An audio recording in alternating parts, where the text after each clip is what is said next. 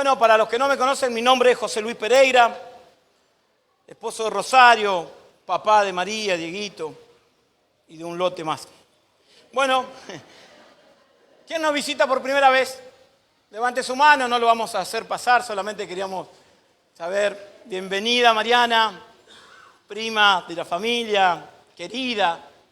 Espero que el Señor pueda hablarte y que tu corazón sea sano, porque el Señor quiere sanarnos. ¿Cuántos saben eso, iglesia? Bueno, para los que tienen Biblia, yo voy a compartir Mateo 3, del 1 al 12. Como título de esta prédica puse, ¿qué me pongo? Pero antes de empezar quería preguntarles, ¿cuánto pueden testificar que Dios nos ha ayudado? Que Dios es nuestra ayuda, es mi ayuda. ¿Cuánto en esta casa pueden decir eso? Que Dios nos ha ayudado, que Dios es nuestra ayuda.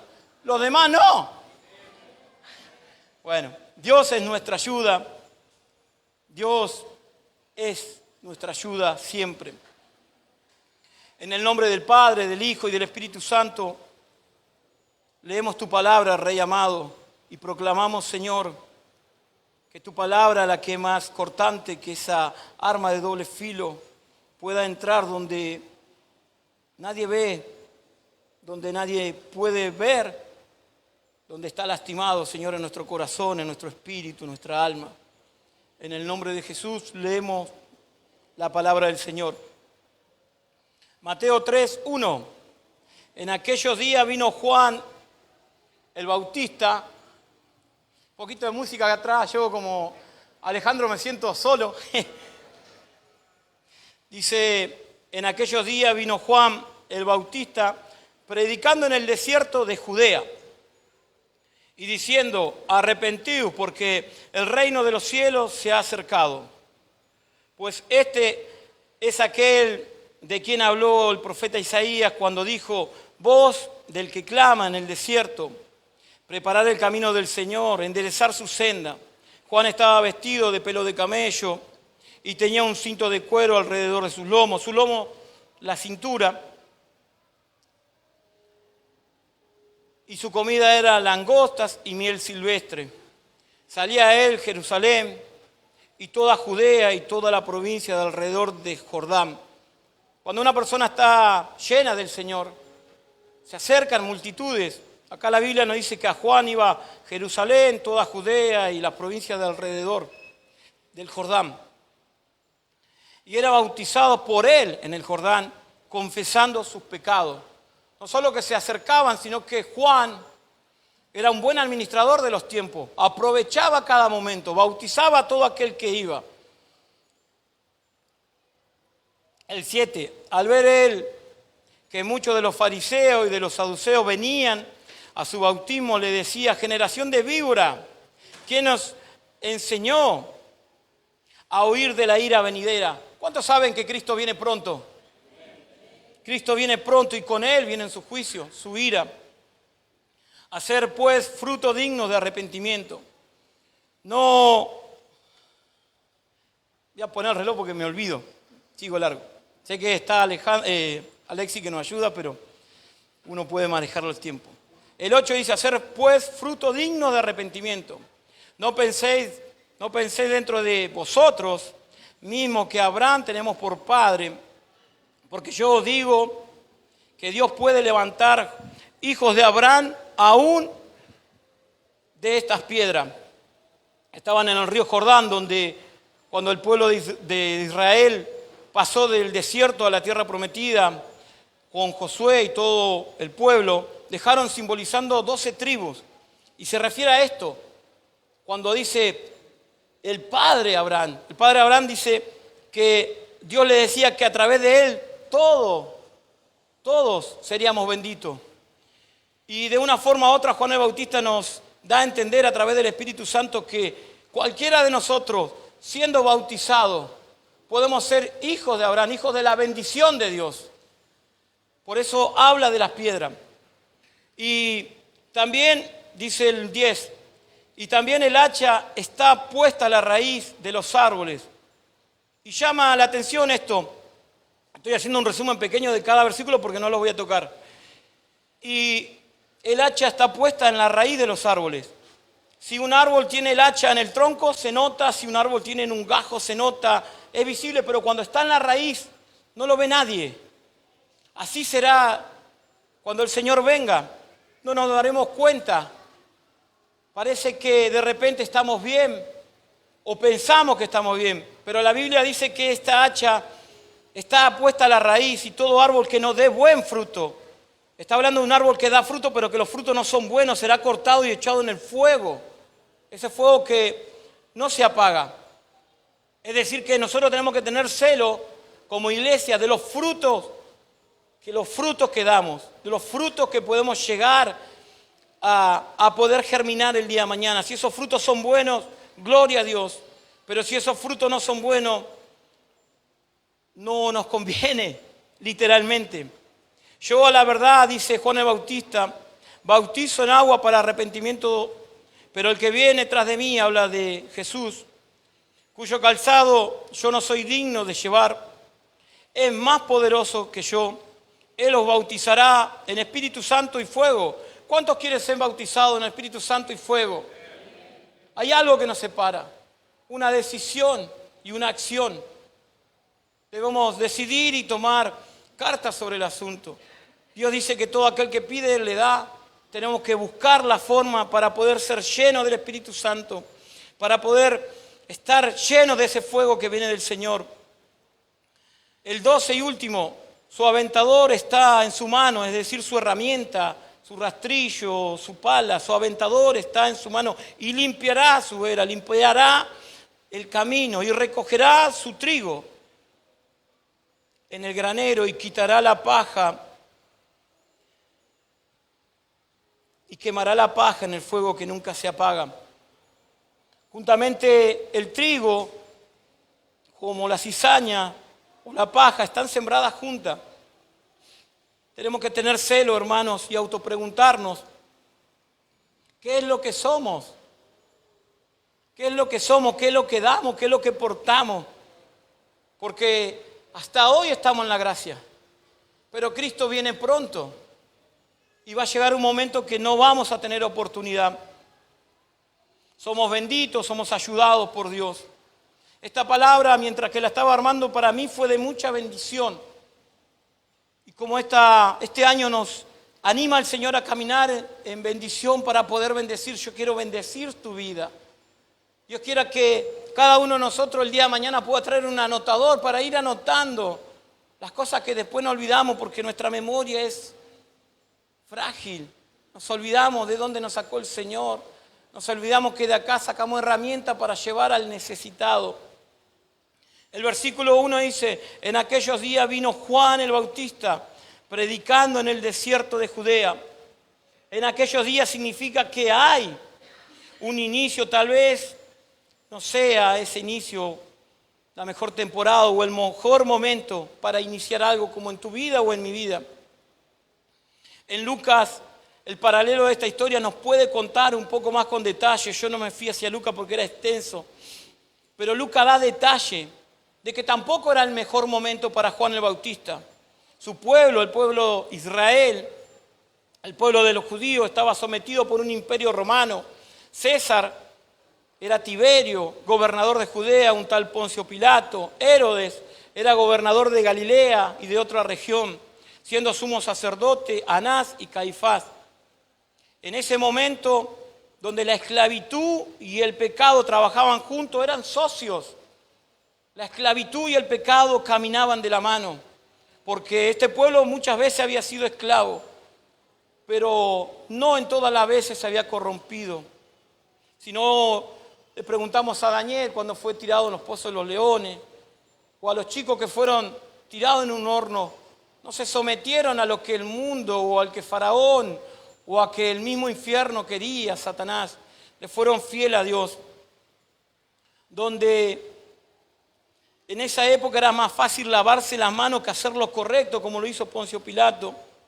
Donde los que deberían gobernar eran gobernados por el pecado, como Herodes, quien quería enjaular la verdad, encerrando a Juan el Bautista. Pero La verdad no se puede enjaular, no se puede encerrar.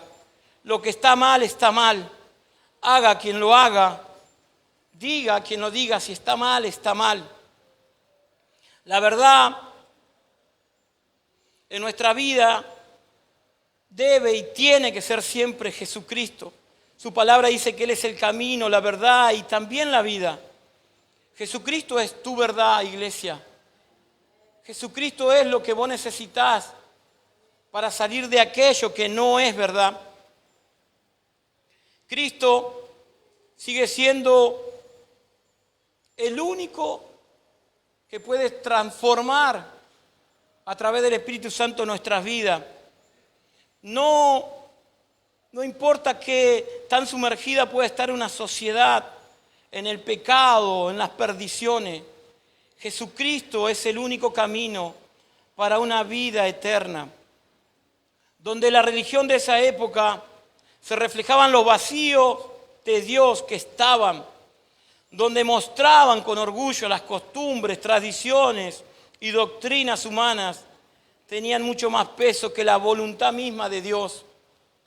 En esa época, ahí, en ese momento crucial, Juan el Bautista, en esa época tan difícil, Juan el Bautista pudo recibir palabra de Dios en un pleno desierto. Lucas 3:2 dice la palabra del Señor. Y siendo sumo sacerdote Anás y Caifás, vino palabra de Dios a Juan, hijo de Zacarías, en el desierto. Para recibir palabra en el desierto, iglesia, nosotros debemos hacer silencio. Muchas veces nuestras voces, nuestras quejas, nuestras necesidades no permiten, como hablaban hoy, ni siquiera visualizar que Cristo para cerca nuestro. El desierto puede ser un lugar en tu vida y en mi vida donde damos vueltas y vueltas y vueltas. 40 años puede ser en algunos casos, donde en otros casos podemos alejarnos de nuestro ser amado y dejarlo morir ahí, como la egipcia alejándose de su hijo Ismael. O también el desierto puede ser la plataforma para que vos y yo y cada uno de nosotros podamos prepararnos, formarnos, entregarnos, buscar una relación, una comunión. Ese lugar puede ser donde se rompen estructuras, donde se cierran puertas, donde es visible lo secreto de Dios hacia tu vida. Un lugar de rendimiento. Se termina el silencio de Dios y las promesas cumplidas están ahí, cerquita tuyo, donde se alinea tu oído a la voz de tu Dios, donde tu clamor es escuchado y también contestado. Salmo 63 del 1 al 3 lo escribe David en el mismo desierto. Dios mío eres tú, de madrugada te buscaré, mi alma tiene sed de ti, mi carne te anhela, en tierra seca y árida donde no hay agua, para ver tu poder y tu gloria, así como te he mirado en el santuario. Porque mejor es tu misericordia que la vida. Gloria a Dios por la misericordia del Señor. Mis labios te alabarán. El mismo desierto.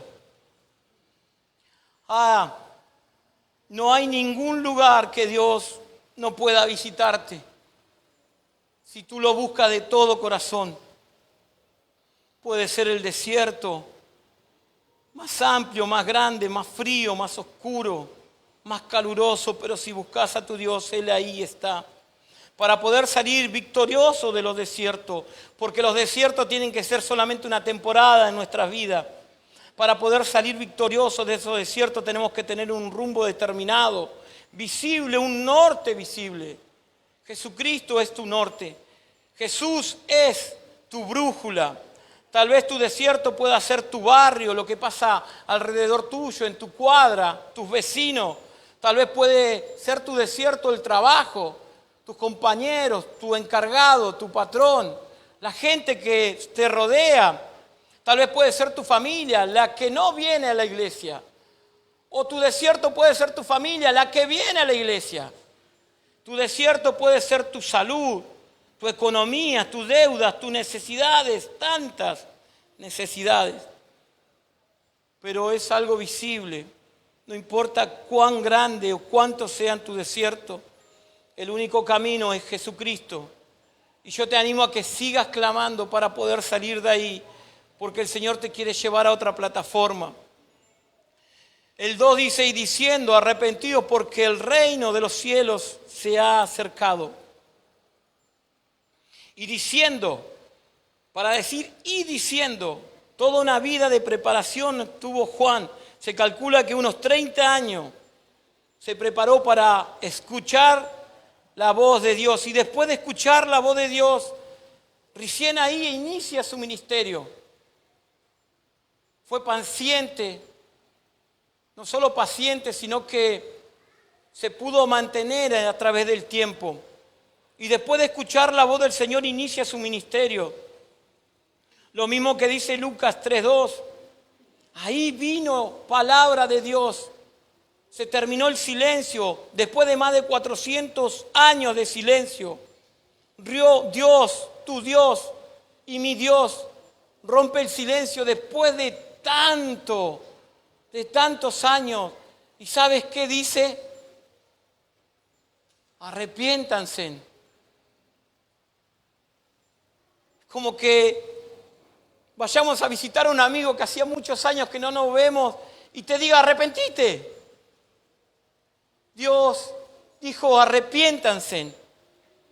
Es necesario que se arrepientan. Marcos 1:4.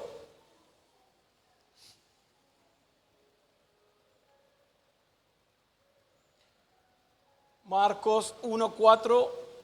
Ahí está. Bautizaba a Juan en el desierto y predicaba el bautismo de arrepentimiento para perdón de los pecados. Es necesario que te arrepientas, que me arrepienta, para que el perdón llegue a tu vida y a mi vida. Si yo no me arrepiento, Dios no puede actuar en mi vida. Es necesario, es fundamental que haya arrepentimiento. Arrepentirse es cambiar nuestra mentalidad. Aquello que antes era natural, que antes era normal para nuestra vida, antes de Cristo. Hoy ya no lo será, hoy no tiene que ser porque está mal. Antes tal vez hablaba de una forma que dañaba, que contaminaba, que maldecía. Hoy ya no lo tengo que hacer. Antes tal vez me llevaba cosas que no eran mías. Hoy, conociendo a Cristo, ya no debe ser así. Porque está mal y lo que está mal al Señor no le agrada. Pero Él sigue teniendo misericordias. Hechos 17:30 dice la palabra del Señor. Pero Dios, habiendo pasado por alto los tiempos de esta ignorancia, lo que hacíamos antes, Él lo pasó por alto. No lo tiene en cuenta, no se acuerda. Te perdona sobre eso porque no lo sabe, porque nosotros éramos ignorantes. Ahora manda a todos los hombres en todo lugar. Todo lugar es aquí, en toda parte del mundo. Que se arrepientan. Que se arrepientan. Mateo 3:8 dice, hacer pues frutos dignos de arrepentimiento. Dignos de arrepentimiento. Y Lucas 19 me habla de la vida de Zaqueo, aquel que se subió a un árbol para ver pasar a Jesús. Y que Jesús va a su casa. Es necesario que llevemos a Jesús a nuestra casa. Ese varón estaba ahí en el medio de la fiesta y de repente dice algo. Todo lo que tengo, la mitad de lo que tengo, se lo doy a los pobres. Y no solo eso, sino que dice, y aquel que estafé, aquel que robé, aquel que de una forma u otra engañé, le devolveré cuadriplicado. Ejemplo de dignos frutos de arrepentimiento. Muchas veces nosotros decimos, perdón, me equivoqué.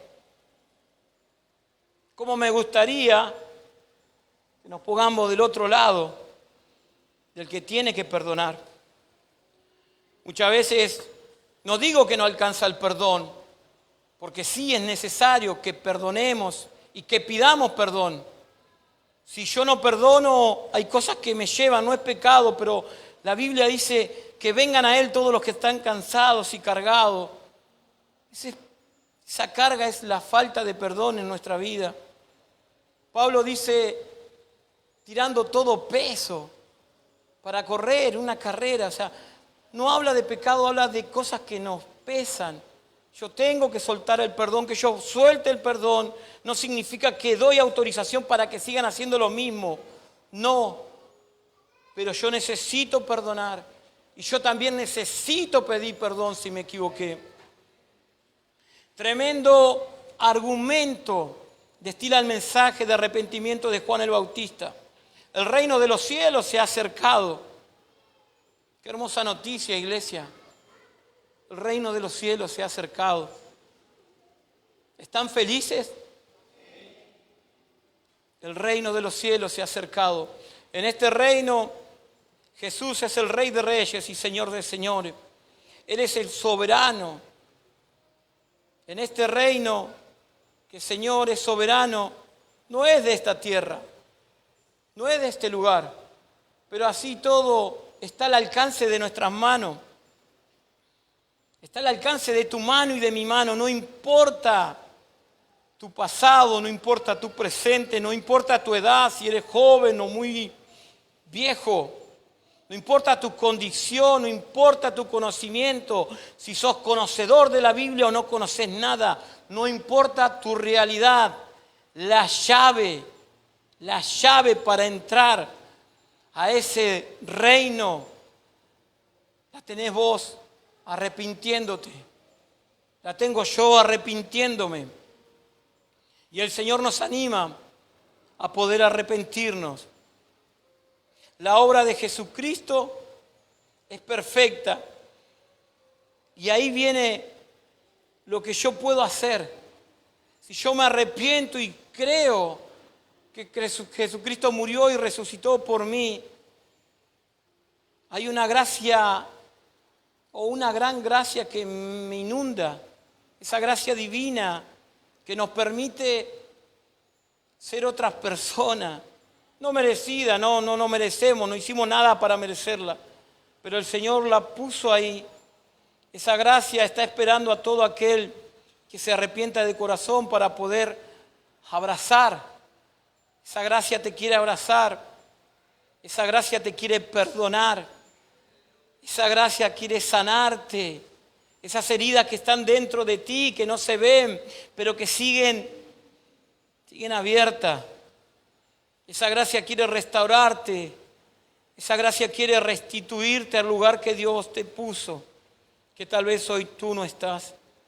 Esa gracia quiso bendecirte y quiere bendecirte para que vos seas de bendición para muchos.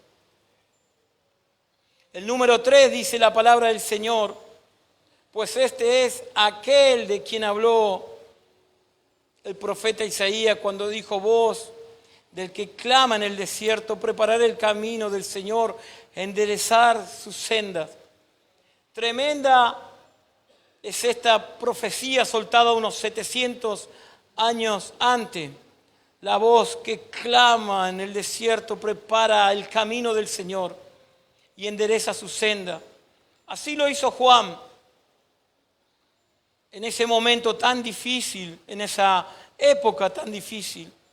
Y él fue fiel hasta lo último. En un momento determinado van unos discípulos a decirle que él bautizaba, que él como que quería tomar su posición o su lugar. Palabra más, palabra menos, como llenándole la cabeza a Juan. Pero Juan, lleno del Señor, dijo: es necesario que yo mengüe para que Él crezca. Y así debe ser continuamente en nuestra vida. Nosotros debemos menguar. Nuestro yo, nuestra carne debe ir muriendo para que Cristo siga creciendo en nosotros. Así debería ser. Hoy, en este tiempo, nos toca a nosotros hacer hasta lo imposible para ser esa voz que clama. te animo a que mires alrededor tuyo, que mires a tus hermanos, a cada uno de ellos.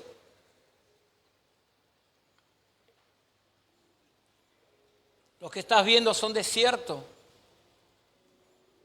Lo que tú estás viendo son desiertos.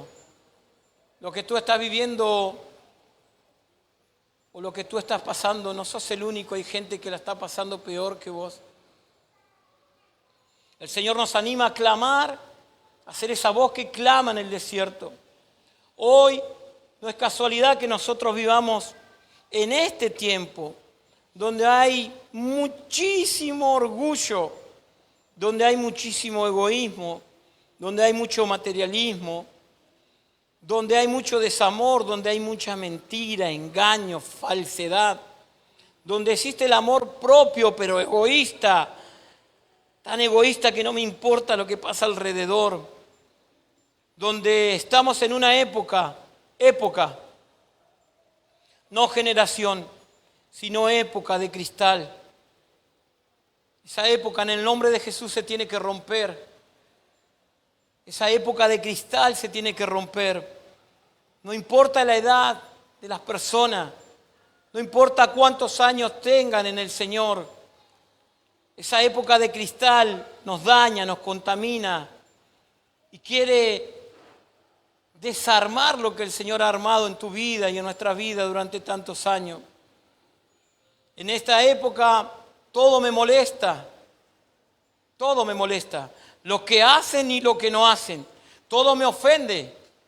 El que me saluda me ofende y el que no me saluda también me ofende, todo me enoja, todo me desanima.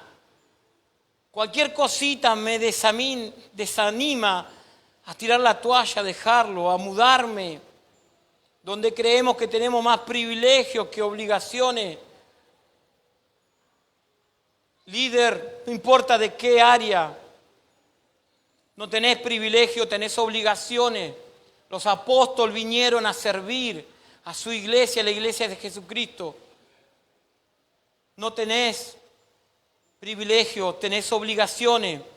Aunque mandes mensaje y no te contesten, aunque pongas un audio, una palabra y no te contesten, es tu obligación, es una carga que Dios ha puesto y confía en ti. Aunque amando a más, te amen menos. Aunque parezcas un cero a la izquierda, tu Dios te llamó porque ve capacidades en vos que otro no ve. Este pueblo, el pueblo de Juan el Bautista, era esclavo de los romanos y se creía superior a otro. Se creía superior a todos los otros pueblos, pero era un esclavo de los romanos. Y aún más, iglesia, era esclavo de un pecado tan grande, dañino y común, que no solo dañó y daña a ese pueblo, sino a todo el mundo. Y nos daña a nosotros si es que está en nosotros. Ese pecado de la autojustificación, ese pecado que es tan común, por todo pongo excusa o me justifico. Dios quiera que si existe eso de justificarme en mi vida, el Señor me lo haga ver y yo pueda arrepentirme, porque hoy estoy vivo y la palabra del Señor dice que mientras que hay vida hay esperanza, esperanza para arrepentirme, esperanza para que su gracia me alcance, para que su misericordia me pueda una vez más restaurar. Este mensaje de Juan no es para halagarte ni golpearte la espalda. Este mensaje de Juan es para derribar toda montaña y enderezar todo lo que está torcido. No importa de dónde te sacó el Señor. Hoy eso quedó atrás. Hoy importa dónde estás vos para el Señor.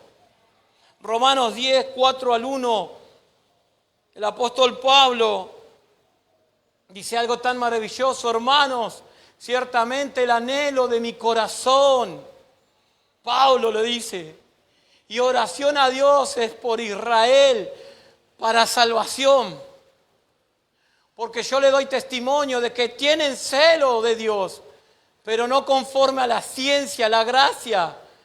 Obran, trabajan para Dios, pero no pueden entender que nosotros, no siendo judíos, somos salvos, porque ignoran la justicia de Dios y procurar establecer la suya propia, su propio razonamiento, su propio pensamiento, su propia autojustificación. No se han sujetado a la justicia de Dios, porque el fin de la ley es Cristo, para justicia para todo aquel que cree. Si yo me autojustifico de lo mal que hago y agarro la palabra y la quiero torcer para favor mío, me estoy autojustificando, la gracia no puede llegar a mí porque no reconozco que he pecado, no reconozco que me he equivocado. Y el Señor no quiere eso para nuestra vida. Y el número 4, y Juan estaba vestido de pelo de camello y tenía un cinto de cuero alrededor de sus lomos. Y su comida era langostas y miel silvestre. Su vestimenta era acorde a lo que él era y creía que era, un profeta de Dios. Yo te pregunto, iglesia, ¿vos cómo te ves? ¿Cómo te estás viendo vos? Si te ves como evangelista, como maestro, como pastor, como profeta, vestite de lo que vos pensás que sos, de lo que creés, de lo que el Señor pone en tu corazón. Él sentía que era un profeta de Dios y vestía así. Zacarías 13, es un resumen, no lo pase. Zacarías 13 habla de los mantos velludos. Hebreos, hablando de los héroes de la fe o de los gigantes de la fe, habla que había gente que se vestía con pieles de oveja y de cabra. El pelo de camello no es casualidad en Juan el Bautista. Habla de que ese animal es un animal de carga, de resistencia, de fidelidad para su dueño o señor. Esta vestimenta simboliza en Juan la carga, la responsabilidad, la fidelidad, la humildad, la autoridad, la negación a sí mismo y entrega para la obra de Dios y el propósito que él tenía para esa obra. Juan sabía lo que usaba y portaba.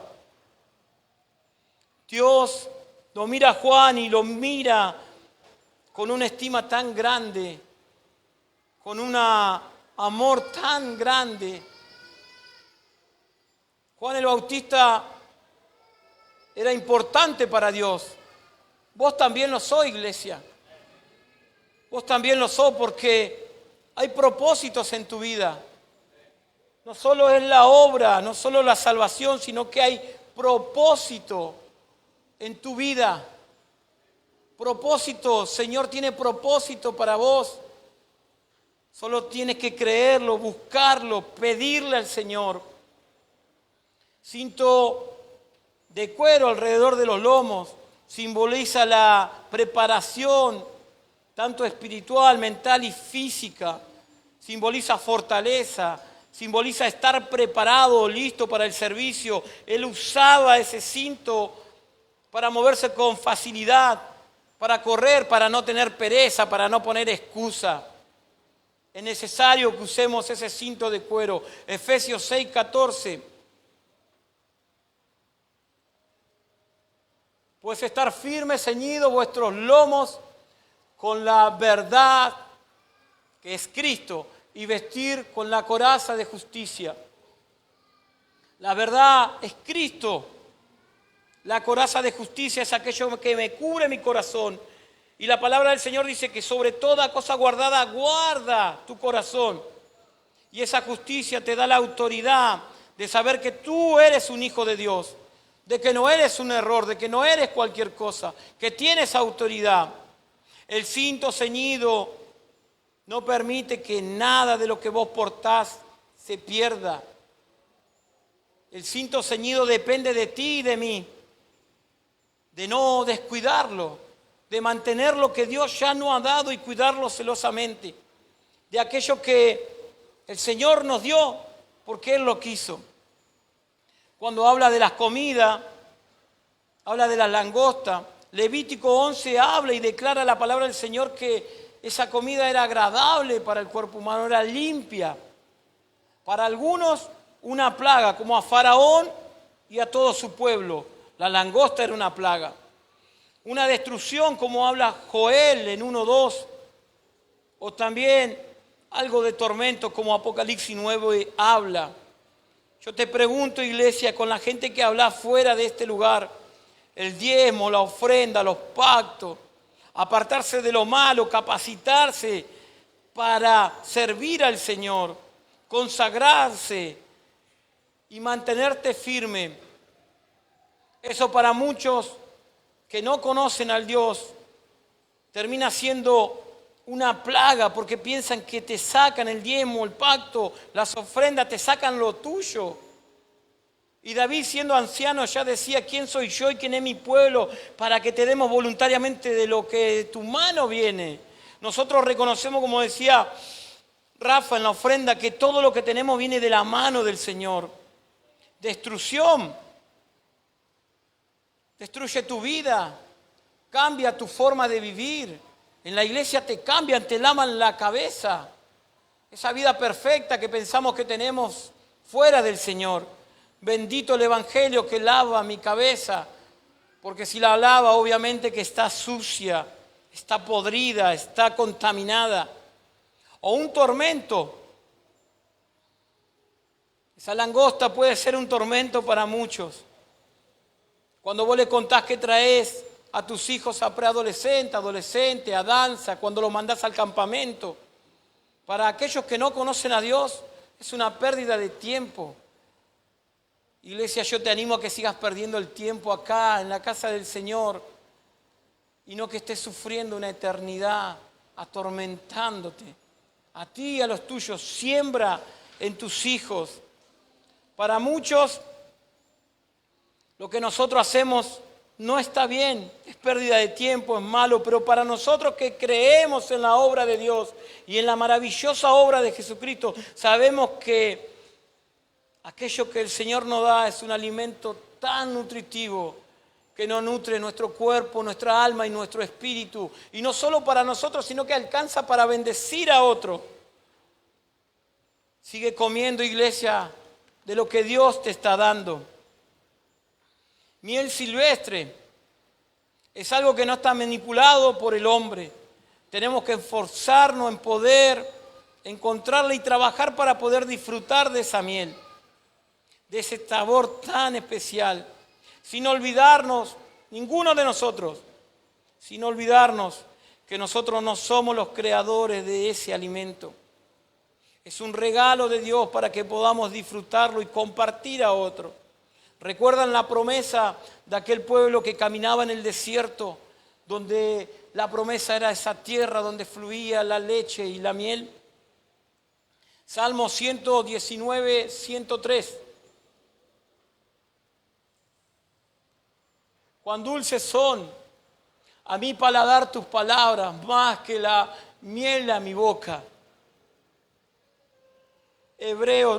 Proverbios 16, 23 y 24.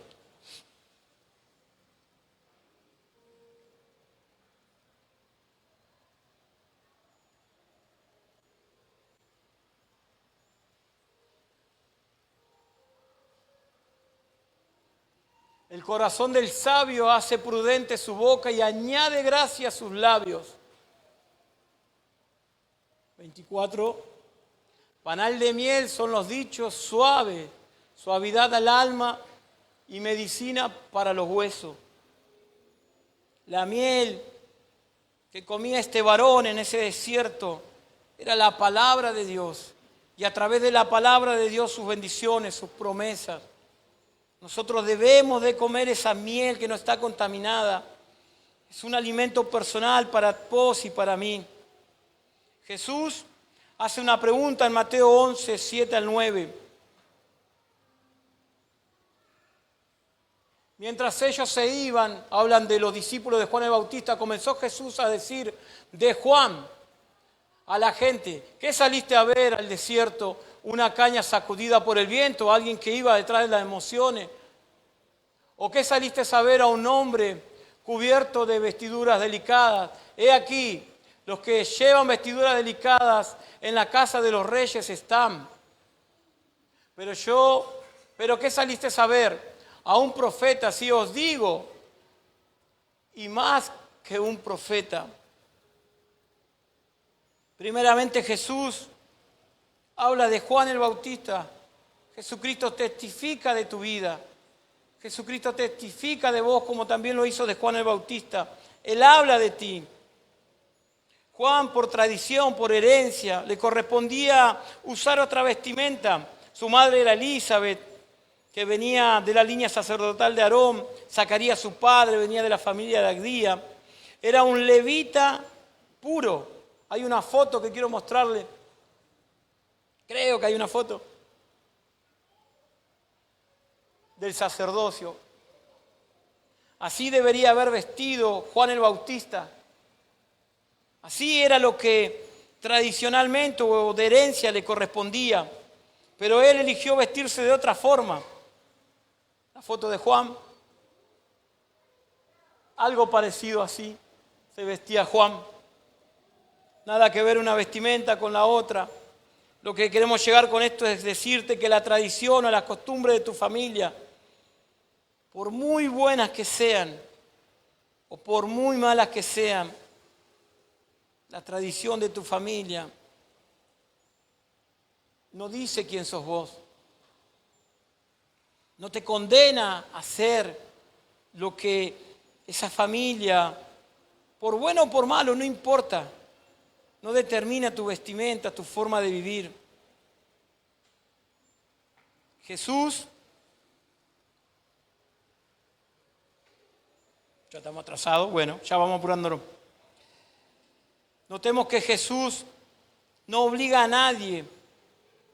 Jesús quiere ayudarte a que vos puedas comprender que la vestimenta en la Biblia es tu forma de vivir, tu forma de cómo te ves. Él, de una forma u otra, a través de la Biblia, de su palabra, quiere enseñarte que Él tiene cosas lindas, poderosas y fuertes para tu vida. La vestimenta es lo que yo soy para la gente y para Dios. La vestimenta en tu vida, de qué te vestís o de qué te querés vestir, es lo que dice realmente al mundo y a Dios quién sos vos. Juan eligió vestirse así y vivir así. Se trata de una decisión. Iglesia, yo te pregunto, ¿de qué te querés vestir? ¿De qué te querés vestir?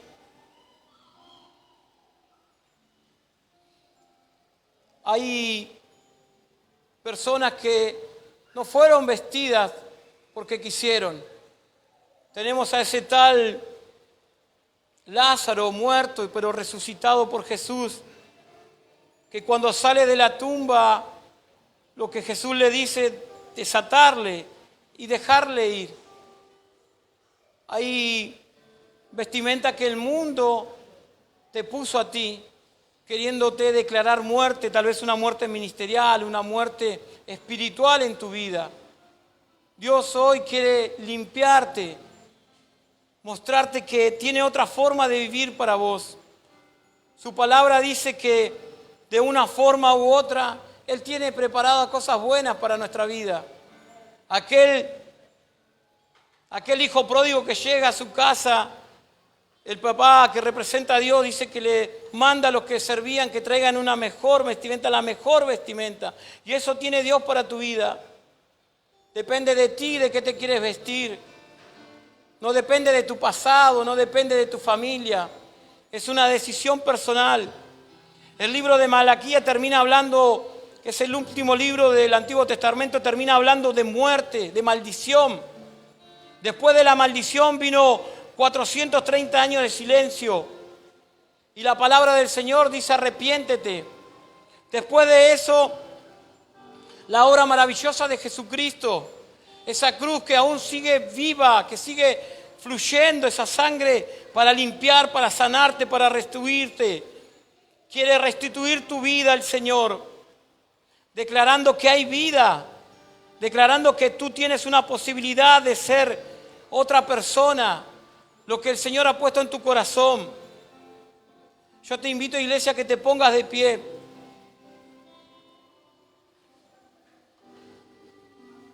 Y que puedas entender que lo del pasado ya quedó.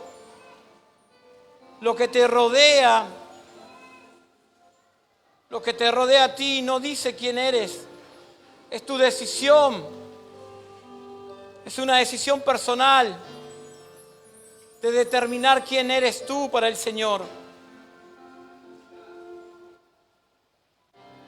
Te damos gracias, Señor.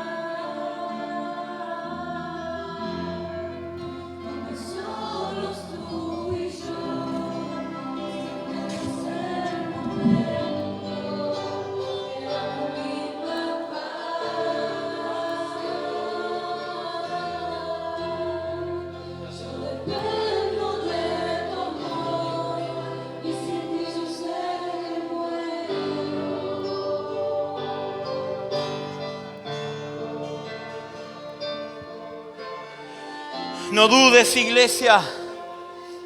No dudes del poder de Dios. Zacarías dudó de la palabra que el arcángel vino a decirle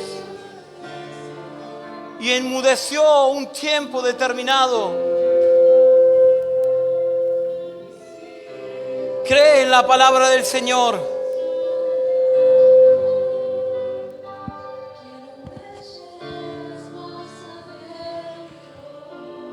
Cree en el Señor. Él tiene una nueva vestimenta para tu vida.